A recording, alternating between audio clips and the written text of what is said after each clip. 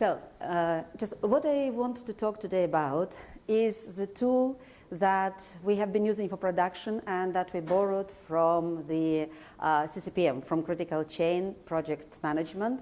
And it's a buffer, and we use this buffer, a diagonal buffer, because it's actually, it has a diagonal line in the middle. So, and I want to share with you what were the reasons why we have started using additional tool for planning and for execution in production. What should be the conditions in which we recommend to use this tool, and actually how it works.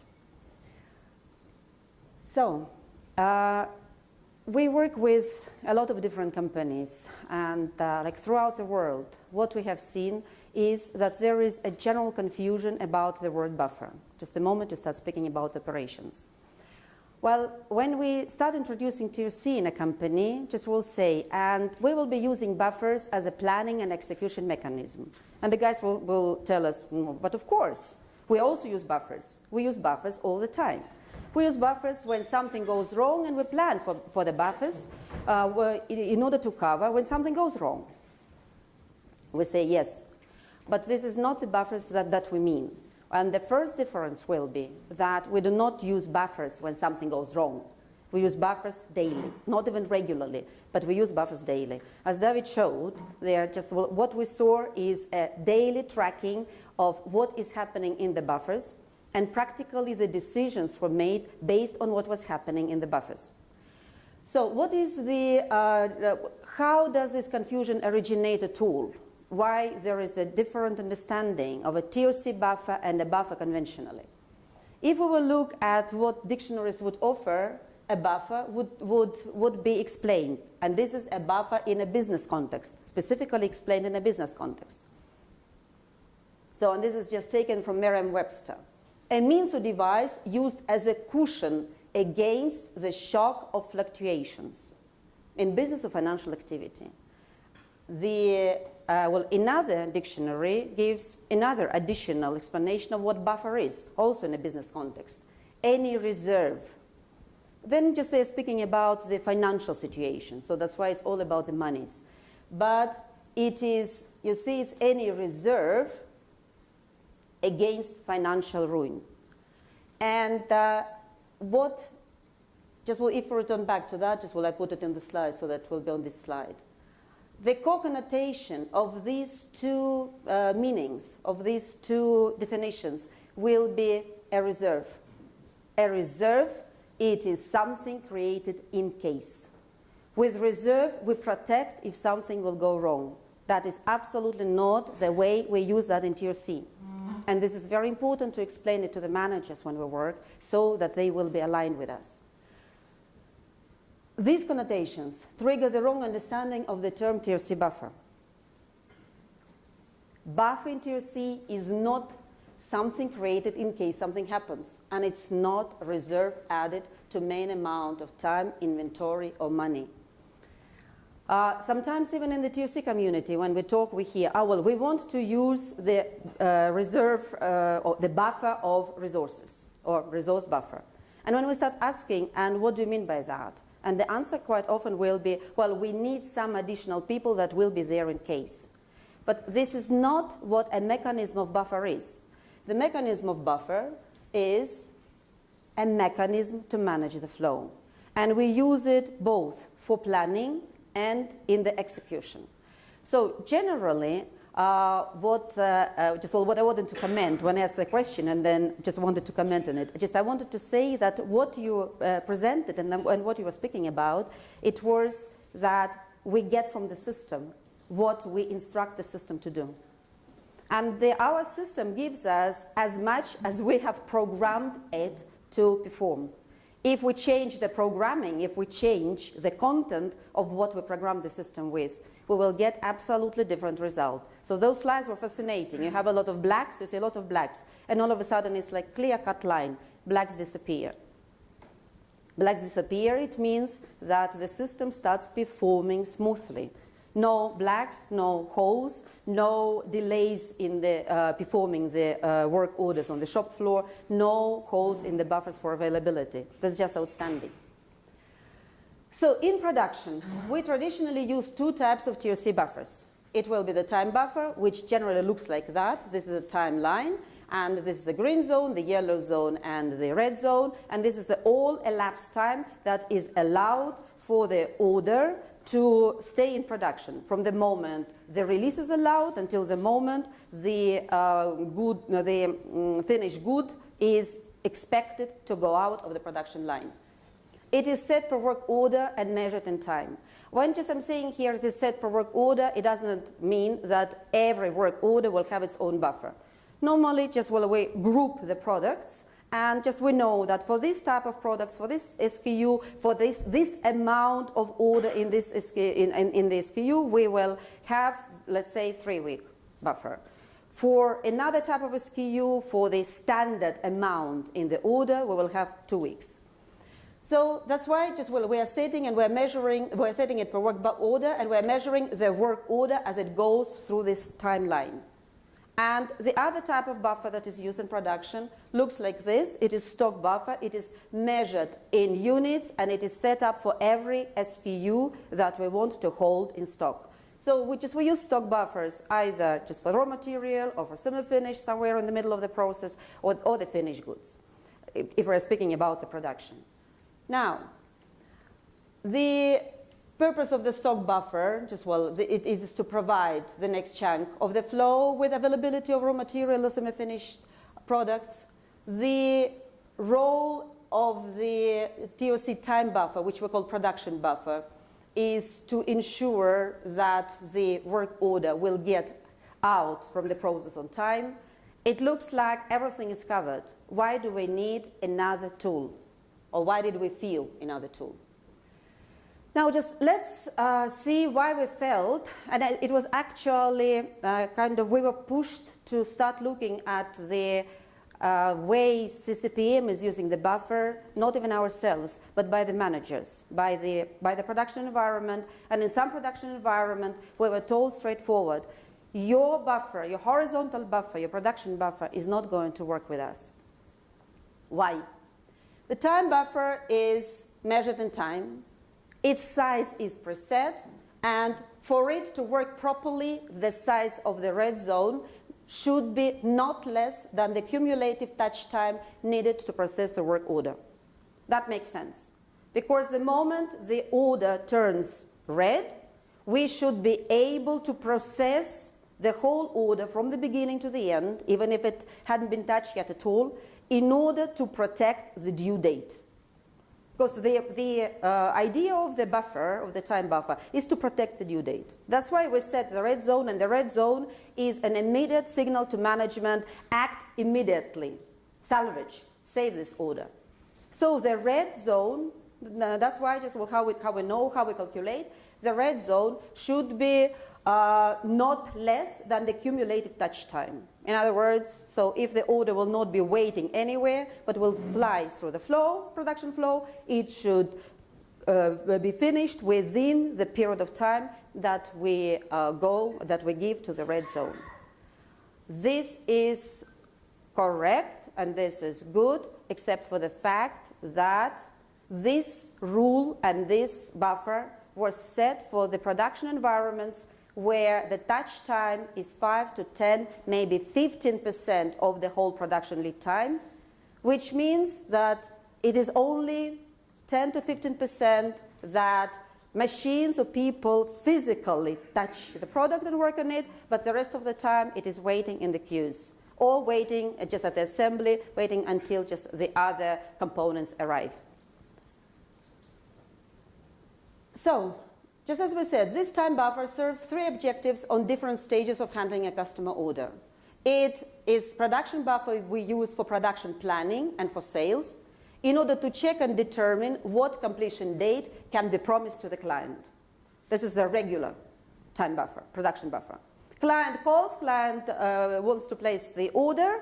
We check with we know how long it will take in the production. We know our production buffer. Then we check with the production when they can start processing it, when it can be released, we can give the date.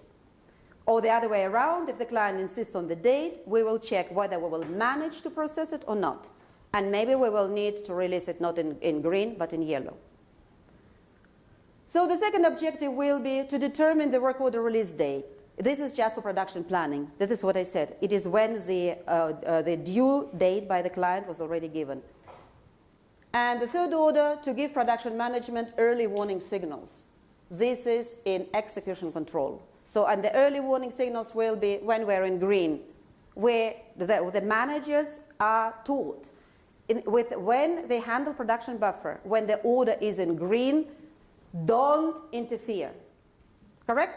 Don't do anything. It is okay. When it is in yellow, start watching. Think what is going, just if it will not be released, or it will not just start moving, or it will not start moving properly in the yellow zone, so then think what you will do in the red zone.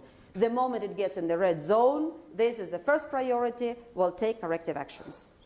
Because that's the only thing that can be done. Because by definition, the red one has the priority over yellow and green in assigning resources, which means the production management can do only one thing. They can help with the corrective actions. And it collects the information for PUGI, for system analysis. This is what TOC time buffer does for production. Why did we feel that we needed to use this time of visual representation and of measurement for some production environments? This is when we feel we need to measure 2 dimensions. So what is diagonal buffer? Again, this is called diagonal buffer. In CCPM, it is called fever chat. Just we call it diagonal buffer simply because it was easier to explain it to the managers. So in CCPM, we measure 2 dimensions. Here, it will be percent of buffer consumed by calculating the projected penetration into the buffer. In CCPM, we are working on the time buffer that is added to the end of the chain, either the feeding chain or the critical chain. And all the movements that are happening, they are not in real time. They are in the projected time in the future. For production management, we do not have this luxury because just of having the projected time buffer, because usually it can be 2 weeks or 3 weeks or 4 weeks. The production time is much shorter than the project time. So that's why we measure the real time. That's why the measurement goes differently. In production work order, the vertical dimension measures the consumption of the prescribed elapsed time for this work order. In other words, this is the length of the time that we would have given the horizontal production buffer. This dimension, horizontal axis in CCPM, we measure the percent of the critical chain completed, or the longest chain completed. And we do that by calculating the remaining length of critical chain. For production, the horizontal dimension measures the remaining content of work for this work order in units or in time. I'll show you the calculations later, and I'll show you well, the practical use of that and the way it helps to make managerial decisions.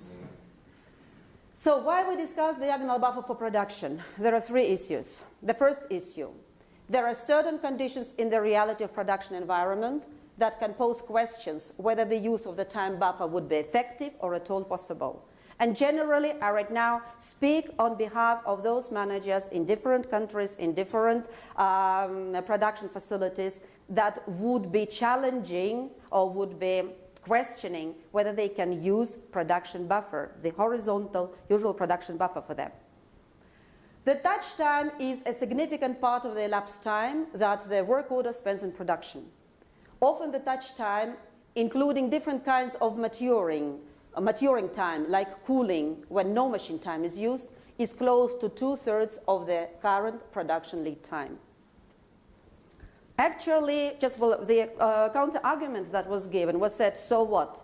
So just even if the lead time is, let's say just the lead time will be X days or X weeks, and the touch time makes 60% of that, so what? Release in yellow.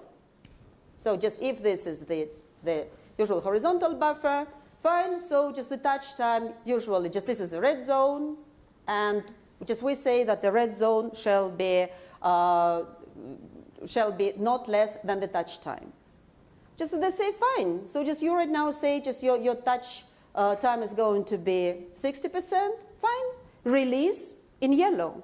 Just what's the big deal? But just we cannot release in yellow because look, if we take the touch time here and multiply it by 3, the production lead time increases significantly. Right now, the company is managing to do it within, let's say, production lead time 100 days, out of which touch time will be 65, 70. According to this rule, this is like a generic rule, we need to have production lead time 200 days right now. 70 multiplied by 3. Not a single production manager will agree to that, correct? They say this increases WIP. Why do we need to go to the longer production lead time if for now we are managing, yes, with problems, but we are managing within a shorter lead time? So then just the answer could be kind of, okay, let's release in yellow. Let's just set the production time 100 days, and so and then you will be literally so let's have it 200 days, release at 100 days is now, you release in yellow. Correct, we can release in yellow, but time is going to run, which means after 30 days, everything turns red. And then all the orders on the shop floor are going to be red. The moment they are red, just we cannot practically, operate anymore. Just there are no priorities. So just this explains that. Also, just there is a difficulty to use the usual production buffer because in the first third, when it's green, the recommendation is made, do not worry about that if nothing is happening, or don't trace it. But if the touch time is so big, the time lost in the green zone will not be recovered afterwards. So the second issue. The orders for the same SKU are sporadic in time and hugely vary in quantities. It makes no sense to hold a stock buffer for this SKU to work in the replenishment mode, as there is no regular consumption, and it is not possible to preset the production buffer size. Sometimes for this SKU, the order comes 60 units, sometimes 270 units. And you cannot set up the buffer size. And then it makes no sense just to try, even if you will try and enlarge the buffer size for 270 units because it's physically processed longer, then the client is not happy just with the date that you will give, with the due date that you will give, because you need, again, to multiply the touch time over the 3 zones. And the third issue, the production is very flexible with capacity and can quickly and significantly increase the capacity for any work order through assigning additional molds or knitting machines, workers in assembling operations, and so on. Well, sometimes the company will say, look, how long it will stay in our production depends completely on us. If I can assign 40 molds, it can be done within 5 days. If there will be 2 molds, it can take literally forever. But it depends on me, and this is also part of my planning. How can I plan to make sure that I will know how many molds I need to assign for this or that order? How do I know the priorities? Right now, the order came. If I give all my molds to do this order, what is happening when some other order will come? How will I know when I can accept the order and what due date I shall give to the order? Because I do not know how long it will take inside the production. So the production planning control people argue that in their conditions it's not practical to have preset buffer sizes. So the 3 issues in the reality environment that pose questions whether the use of the time buffer would be effective or at all possible. The touch time is a significant part of the elapsed time. The orders for the same SKU are sporadic and vary in quantities, and production is very flexible with capacity. Out of these 3, the first issue is most critical. The red zone is not enough to do all the work on the work order, and if there is no progress in the green zone, this time cannot be regained later in the production process.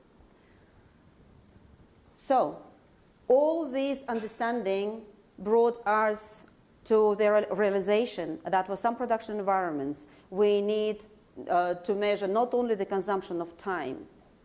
The production buffer measures the consumption of time, but we need to measure the progress of the work order completion in terms of its content. We can measure the progress of the content in two ways. In units, measuring the number of units completed as compared to the number of units in the work order. Let's say the work order is 200 units.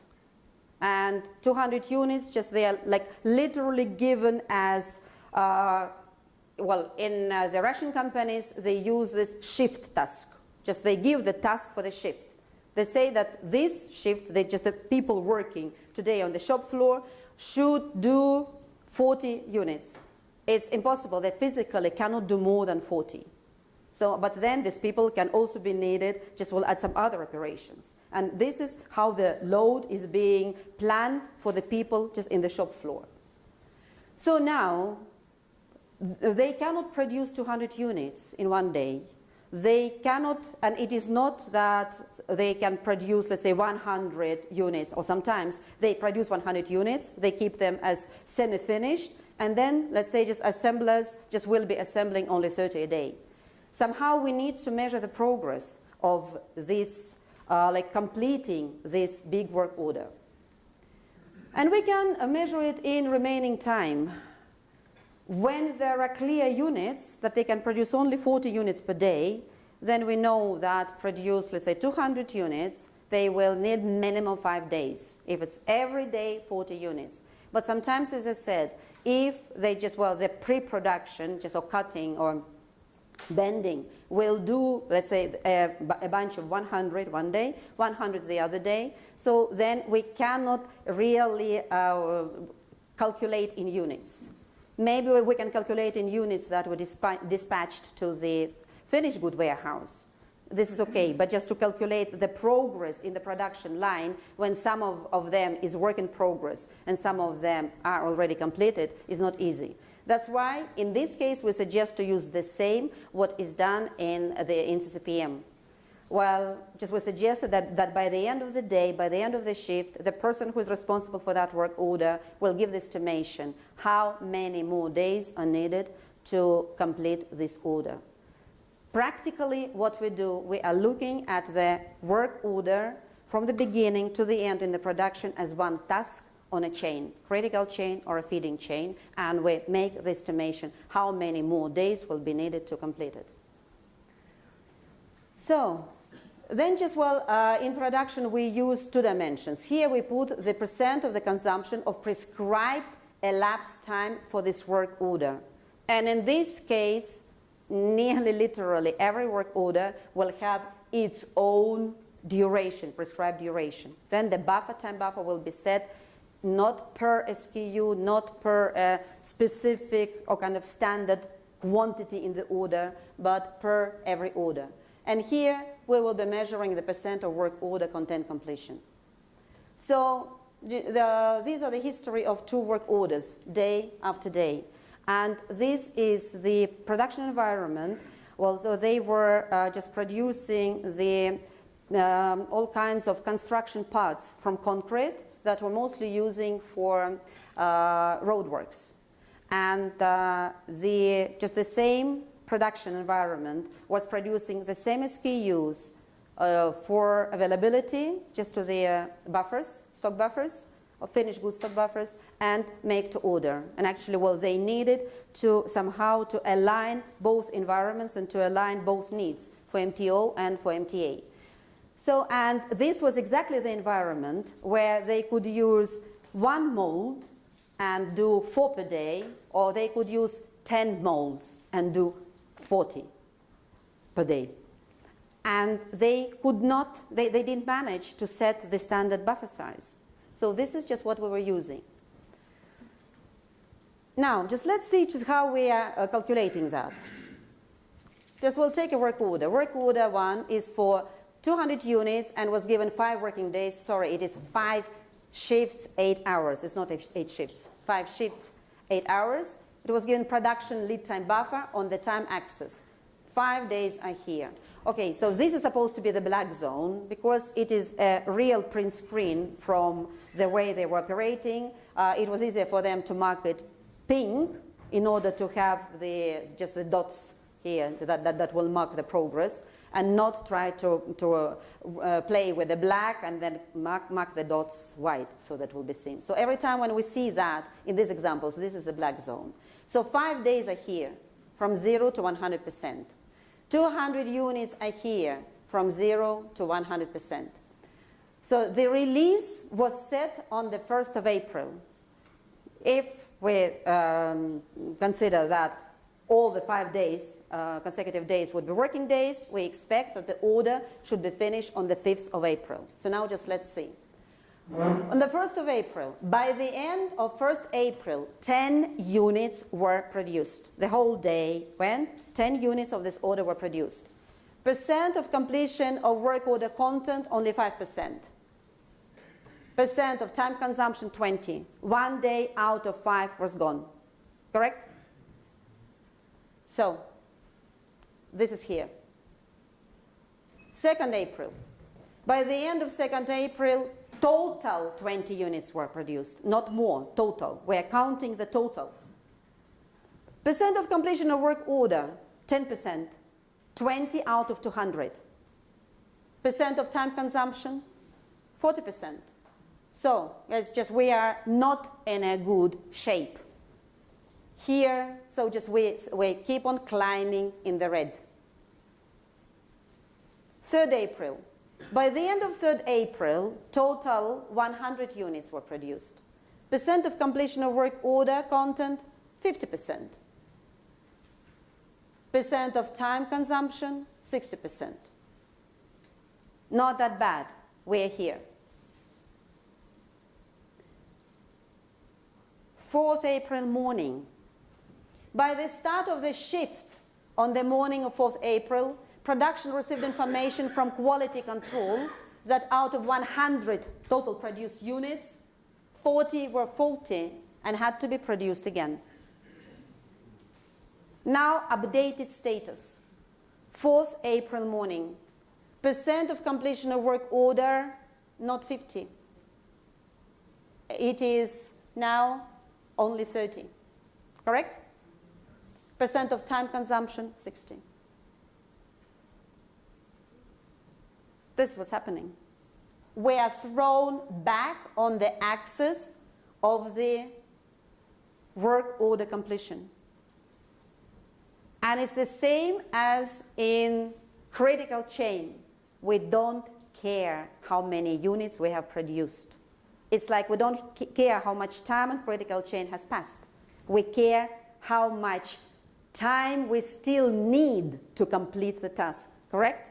It's the same here. So what that we produced 100? We have only 60 good ones. The decision was made to do overtime on 4th April. By the end of the overtime, there were total 150 good units produced. And now just you see, over the shift and the overtime, they managed to do 90 good units, which means when they were doing 10 first day and 10 the second day, they didn't have enough capacity. That capacity was used somewhere else. And they were in red, but it was still the beginning. It was day 1 and day 2. They didn't take corrective actions. Here, when the overtime, it was the corrective action, just when it was understood that the situation was really bad. And so, 4th April after overtime. By the end of the overtime, as it was said, it was 100 good units produced. Now, the percent of completion of work order, 75%, and percent of time consumption, 80. Now we're here. We're starting moving towards the end of our axis on the work order content completion and closer to yellow. 5th April. By the end of 5th April, all 200 units were produced and accepted by quality control. And now we're here. We could have had a different scenario, for example. Now let's look at another scenario. 4th April after overtime. By the end of the overtime, they produced all 200 good units. We're here. So, and generally, in this type of the graph, we can go forward and backward on the line of the work order content completion. The interesting thing is that we can also go up and down on the vertical axis of time. When we are in CCPM, it is clear how we can do that, because it's not real time, it's projected time, right? And in the projected time, we project that it will take 10 days, and we got into the buffer, and the next day we managed to take corrective actions, and we project that, okay, now I will finish after 3 days. And then just we went into the buffer, and the next day we went down 7 days. But this projected time, how it can happen here? When we put people on overtime, generally what is happening is that we are using extra time. And if we put people a lot, just on a lot of overtime, we practically can release some of the, just if we calculate in the hours, we can release some of the days or some of the hours from here.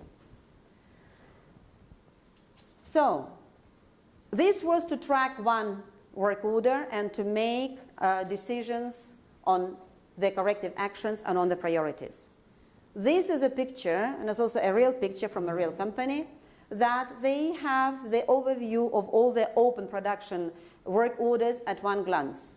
So what do we see here? That 3 orders are in green, 2 are in yellow, 2 here, 3, 4, 5, 6 are in red at different stages here. Some are in red but not released yet. This is not a good picture at all. You understand? They were released, but they were not worked on yet. The permission was given to release it, but they were not worked on yet, and these are in black. And now, just let's see, it is the same production unit, and this is the progress that we see from the 9th April to the 17th April. This is the picture as it was on the 9th, this is on the 13th, 15th, 17th. Just what we can see from here. First of all, we see that they are clearing, well, I'm sorry, you cannot see very well. If you have it on your computers, you will see that the spots here. Here you see that the work orders are a lot here in the red zone. Now they start moving here to the end of the completion line, and but we are generating some more black orders here. These black orders were not here. So just one of them, just probably this one, because this one is still sitting here. Probably one of those moved somewhere here. This one probably moved up here, because just no work was done on it. And what we see here, we see that based on that picture, production management showed the release of more work on the shop floor. So practically, this is the same result just as you showed. We saw there were too many, or they saw there were too many reds and too many blacks. Well, guys, clear the system first. So just this is what was what was done, and the system was cleared, and now the system is okay to start releasing the new work on the workshop floor. So this was just what we wanted to show. And if you have any questions, so I will just try to answer. Just about the practicality, about the just the feeling that you may have the feeling that it is not a really needed tool. And Philip. I'll start with front, okay, Katlego? But I'll why we get you this time. Just on the last slide, if you have a whole bunch in the black, which is the most important one to do? Well, if we have the whole bunch in black, whether it's blacks or reds, is this a question that you're asking? You have 10 ones in the blacks. Can this chart give you a priority of those blacks?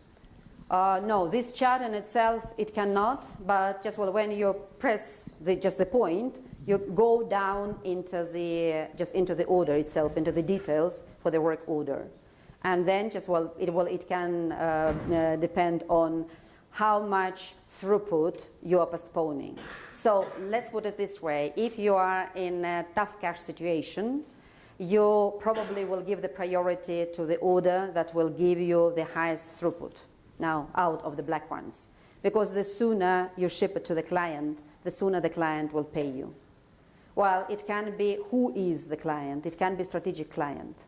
The chart itself does not give the information. It just tells you these are in black, they are late.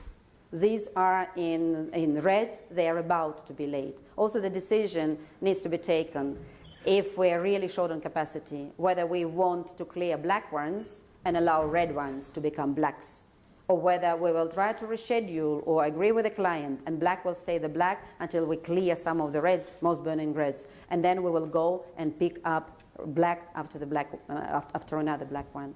It's a managerial decision. Mm-hmm.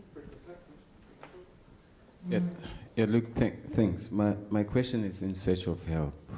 And let me explain. In mining, we understand the two types of buffer.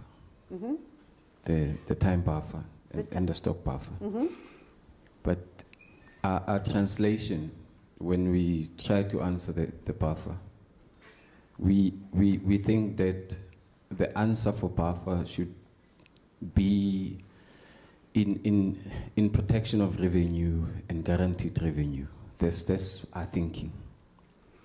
But because a production system is not flexible, we always battle, and I always get this question that clearly what is how much buffer can we keep? Is it in an equation form, allowance, fraction, percentage of guidance?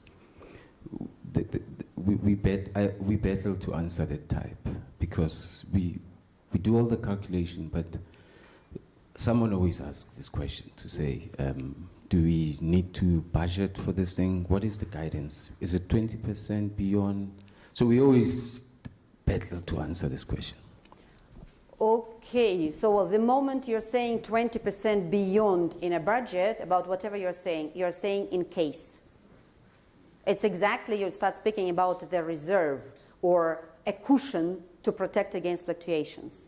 But when we use the buffer as the mechanism for planning and the execution. And then the mechanism for planning is also, if you're speaking how much buffer we should hold, probably you're talking about the stock buffer, not the time buffer. Because you physically hold units in stock buffers. And how much buffer you should hold, first of all, it is, it depends on what service level you want to offer your market. Whether you want to have 100% of availability of everything, or you're okay with 75% of availability, or you go for 95% of availability, it's one thing. Another thing which is very important, when we're speaking about the stock buffer, it is not what we hold on hand. We want to hold on hand only half of the buffer. Buffer is not a physical pile of units. Buffer is the mechanism for management. On hand, we want to be always in yellow. So that's why if you calculate cumulatively for so many units cumulatively in all buffers, which means each unit equals money. So then you need to understand that you will be holding on hand, physically, only half of this amount. So, and generally it is just, when you are making the budget for the next year, you're kind of designing your system for the next year. You're designing the system of buffers. You're designing how much you will hold in those buffers. By setting the length of the production buffers, you're designing how much work in progress you will have. So this is absolutely up to you to decide how much money you will hold there. And also for financial gain, yes, but also you will have a very close comparison between the amount of money that you will hold and the throughput that you generate. Okay? Thanks a lot. Okay, Jaco? Hi, Jelena. Thank you for the time and the presentation. I just want to ask you, the conditions that you set, and since this is the conditions you need in order to use this this diagonal buffer. These are in the conditions that we were asked to find a solution because the production people did not see how production buffer will work. Let's say they would say, we are not going to use production buffer. So the inverse question is, could it be used always Yes. for everything and not have the production horizontal buffer at all Why not? anymore? Yes? So there's no, it goes this way, but there's nothing preventing it from going that way. No, absolutely not. Okay. We had to come to that. Because look, no buffer, no management. The moment the people in the production people say, we are not using your horizontal buffer because it will damage us. If we don't offer anything instead, there is no TLC implementation. Because there is no TLC implementation without buffers. And there was another question. Good. Thank you. In your scenario, there's something that could have gone wrong. If you look at the first day, if you can just go back to the slide. Yeah, probably this one, just a second. Yes, this And- one. Yes, we started. We ended up in red. We didn't start in red. We started at the beginning of the day, we were here. 0 time consumed at the beginning of the shift. 0 work content. We didn't start in red. With that, we actually start, well, just we could have started. If we would have started on the 2nd April, we would have started here. Okay, but the black dot, the 1st of April, what I'm trying to say is if we were there, clearly we were already in the red. And let me just finish maybe before you comment. So my comment is, had we gone, if the management on that day put in some measures, we would have been in a much better position at the end of the project. Is that? Yes, they could not, because we started here. The beginning of the day, we were here. And the end of the day? And the end of the day, just when we looked at how much we have done, it was here. It was in the red. Yes, it was in the red. Right now, your question may be, when they were planning how much work the workers should have done, did they plan for 10 or did they plan for more? More, yes. Now, if they planned for 10, Then they're then okay. they had to be very clear that they are bringing the order to red. That's a very good question, if they planned for 10. Yeah. But if they planned, let's say, well, usually what the production people will try to do, they will plan so that to keep themselves in yellow. In the yellow, yes, And then that's right. something happens. And as the result, let's say, well, in this very case, machine broke down. It was not planned for 10. Actually, it was planned very nicely and evenly. It was planned for 40, which, by the way, is a dangerous thing to do. If you give 5 days and plan 40 for every day, something is bound to go wrong. Exactly, yes. Yes, but Nothing it was planned very nicely. So, but the result was 10 units. And this is a very good question. This is when we say we use that for planning and for execution. And if you plan for 10, you know that you have programmed your system to throw this work order in red, which can be the case if you know that tomorrow you can catch up. They could not catch up tomorrow. The machine was still not operating fully. It was another 10 units. So at that point in time, Yes. they should have instituted. Thank you. Yeah. They should have instituted an extra shift at that point in time and not wait for the 3rd day. They could not. They could not. The machine was not the working. Machine was not working up to capacity. Yeah, the machine was not working here, and the machine was not working here. And then, well, some production environments, it may be wrong, but it's the reality. They are operating on the notion of debt from yesterday, debt from previous periods. And I know what is done. This debt is simply thrown for the day task for the next day. And nobody even very often bothers to check whether we have enough capacity to cover for what was in the plan, previous plan for today. And if we are, let's say, on 5-day or 7-day rolling schedule, what we got this day like that we need to plan. Just what I'm saying is practically the same what you were saying about just this day plan. This was planned 7 days ago or 5 days ago, and if we're lucky if we're on a 5-day rolling schedule.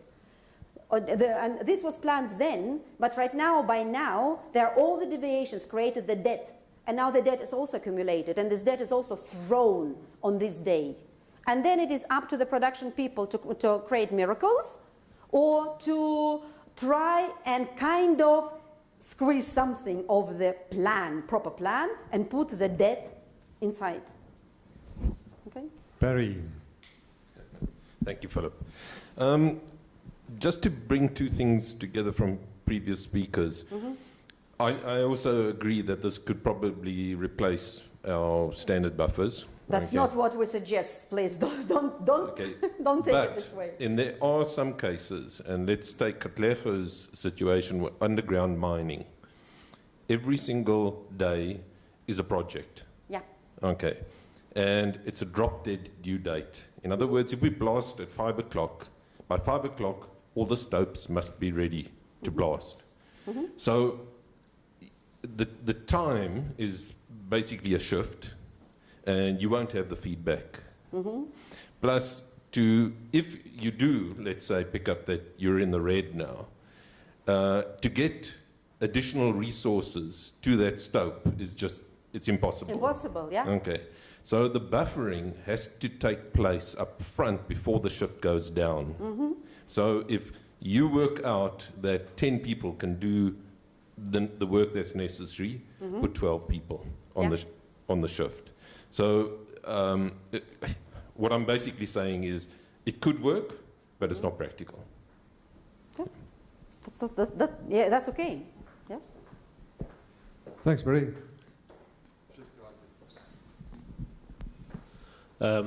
Just a question on that yellow line. Yeah. Will that yellow line be at an 80% capacity, or what would it be? So for production to be on that yellow line, what percentage planning? Yes, about yes. 80. And you can decide on the width of the yellow line. You just will have based on your environment. You can just move it. Here it can start from here, and you will be in green, or it can just go much higher in red. It depends on how dangerous it is to lose time or units at the beginning. Okay. I'm just thinking that, for example, if with the current power outages, when you have planned on an 80% and you know there's a probability that you'll lose 100% of 2 days, for example, then should you be running at 100% just to make sure that you're buffering for those almost eventualities? 80% becomes less. So the 80% becomes less. Because you haven't got that available time anymore. Okay. Nolan? A great idea. I really am excited about this. But coming back to Jaco's question, how universally applicable is this? I think the practicality of feedback is a real issue. So in the footwear factory, at any given day, there's 2,000 tickets, work orders. So essentially, you need feedback on a daily basis of 2,000 work orders. So unless you have a very sophisticated kind of scanning system or something like that, it's going to be practically sort of like difficult to maintain this. Yeah. Yes. So I think when it's sort of like discrete manufacturing in bigger bulk and bigger type projects or products, then it's probably sort of like a lot easier. I think. Oh, absolutely. But look, when you are having so many SKU buffers, you are tracing so many. There would not be the work orders. There are work orders to fill into this buffer eventually. And these work orders are traced anyway somehow by somebody. It is not an argument for. I'm simply saying that in your factory you are managing through stock buffers, correct? And time buffers for the make-to orders. Yes, of course. In 2,000 make-to orders, the 10,000 work orders. Yeah. The 10,000 work orders, of which 8,000, let's say, or 9,000 is make to stock. Yes. So that's easy. That's very easy. But there are 2,000, let's say, make to orders every day in the factory. And if you track them through buffer management, you have buffer anyway. Well, you know, Then every you- day that it elapses, you know, it updates the buffer, you know, so. That's correct. You will have the color anyway, which Yeah. is what you're saying right now, that You is don't just have the practically progress. what is not, yes, but you know how much time has gone. It just gives you the feeling of urgency, already emergency, right? But here you're saying that's correct, because somebody needs to put in the system how much more is left. And this is a lot more work than just putting the system on calculating how many days have passed, just against how many days have been given. That's correct. And, well, 2,000 probably will not be practical. They were not handling 2,000. Probably can be done. Look, it's again, everything is about practicality. The idea came up because the people said the other type of time buffer was not good for them, or not practical. If it's practical, use it. Not practical, and certainly no need to change over. Each tool is for its own purpose. Okay. Last question. It's really a comment more than a question. We have, similar to what David has said, running on drum buffer rope on the one hand, on time buffers on the other hand. We found that in the factory, the people ignore the jobs that's green and yellow. And this could be a way, if you can calculate how far they are, then you can solve that problem. Yeah. But we found that that's happening, and I think that's the same problem that the people that you worked with found. Correct. And also, well, we had to fight with some production environments when they would say, okay, we set the buffer, the horizontal buffer, but we release only when it turns red. And I say, excuse me, then everything is red. Yeah. But I think the most important statement that Jelena has made is that buffers are the effective way to manage flow. And if the current situation, the current buffers available to us are not effective to manage flow, then we need something like this. Yeah, but most of the time, you know, what we have is very effective and practical, but sometimes something more is needed. Thanks a lot very much.